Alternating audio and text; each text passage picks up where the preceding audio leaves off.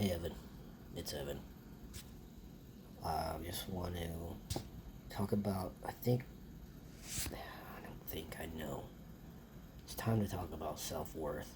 I've been dodging this one for the last couple of weeks with myself, mainly because I don't like talking about myself, and for some reason, I have horrible self-rhetoric talk. My roommate tells me all the time, and I've asked him now to please point it out when it happens. And, yeah, he's been doing it, and the first times it was like, hey, you hear yourself? Hey, you hear yourself? It was a lot. It was a lot of him going, hey, you hear yourself? Hey, did you hear that? Hey, did you hear that right there? It's calmed down. It's calmed down quite a bit. It started up again, I think. After B passed, it started up again. Self-worth. Do I have any? Well, I have some. If I didn't have self-worth, I wouldn't be here having this conversation with myself. I would have just already, but I haven't done that, so yeah, which I guess is a good thing because I haven't done it. Uh, Self-worth, self-confidence, self-love. To me, it's all the same. And I keep getting told by the universe and other people that, you want love in your life, you've got to love yourself first, and then it's kind of like everything just kind of comes to you. And it's true, because the minute I really, really started working on some things for myself and found that place for myself, this woman, this wonderful person came in my life.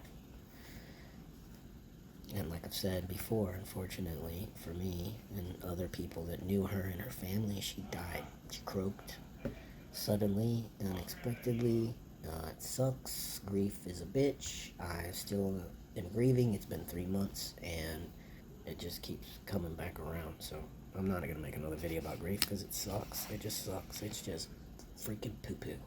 It is poo-poo. I had a very dear friend that I've known since 4th grade, and they told me some things that I needed to hear, really good things about me.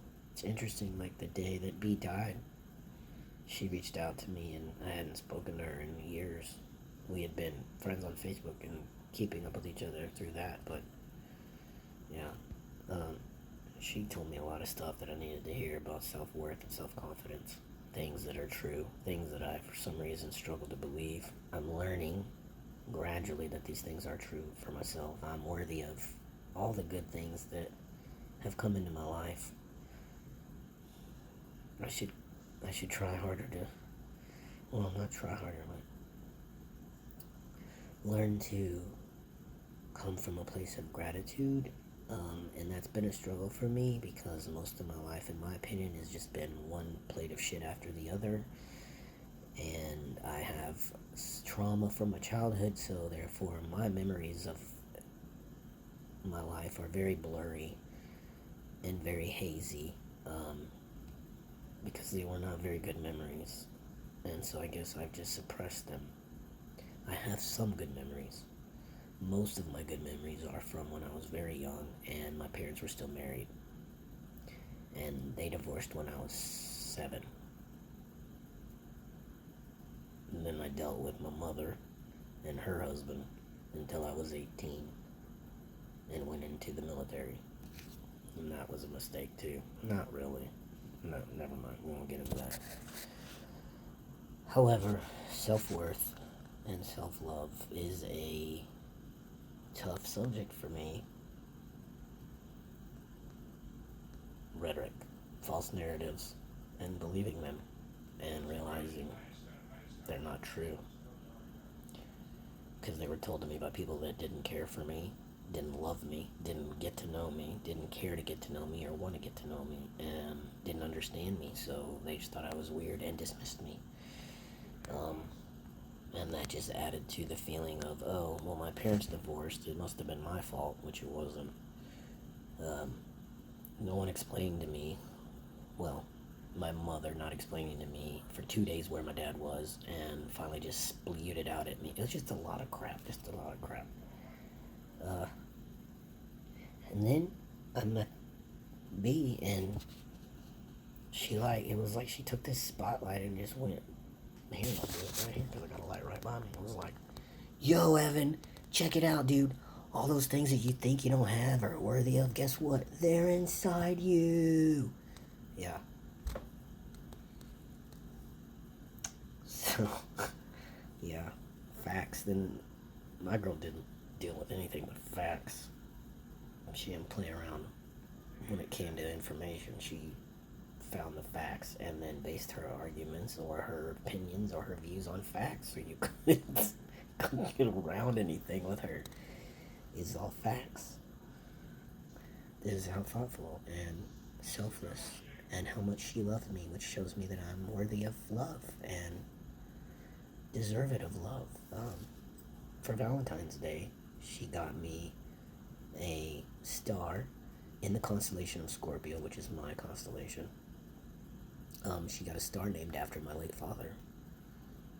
And I couldn't believe it. I mean, she already knew in such a short amount of time how into astronomy and astrology and all that stuff I am, and just blew me away with her thoughtfulness, because I was reminded by my roommate when I told him what she had done, how thoughtful that is of someone to think of the other person rather than themselves. On a day normally when you are expecting to receive gifts for yourself, like Valentine's Day is usually regarded a lot around women and making sure that your woman is happy and content, and she went out of her way to make sure I was happy and content, and I'd never experienced that before in my life from anybody.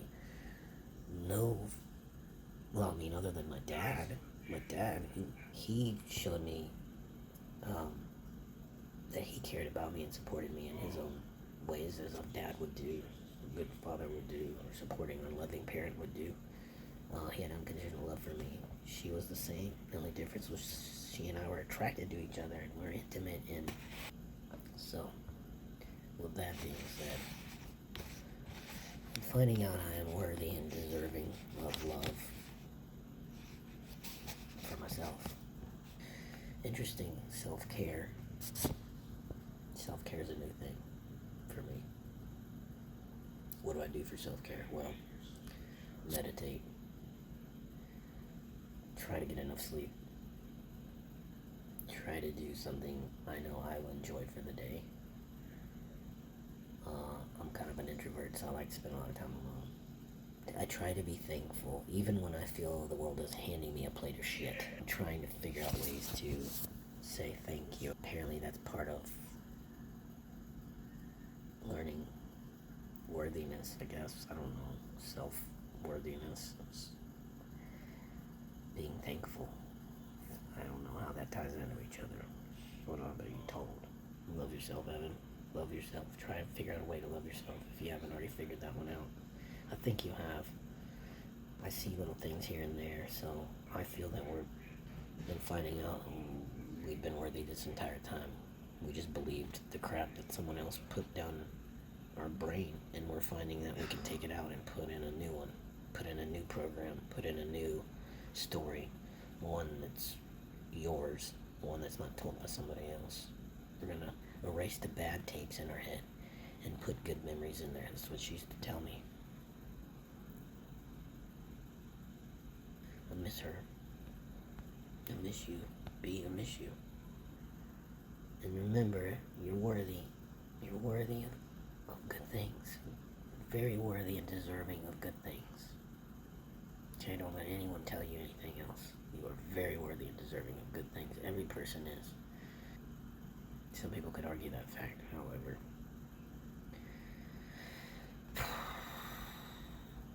Love thyself sounds like I'm preaching.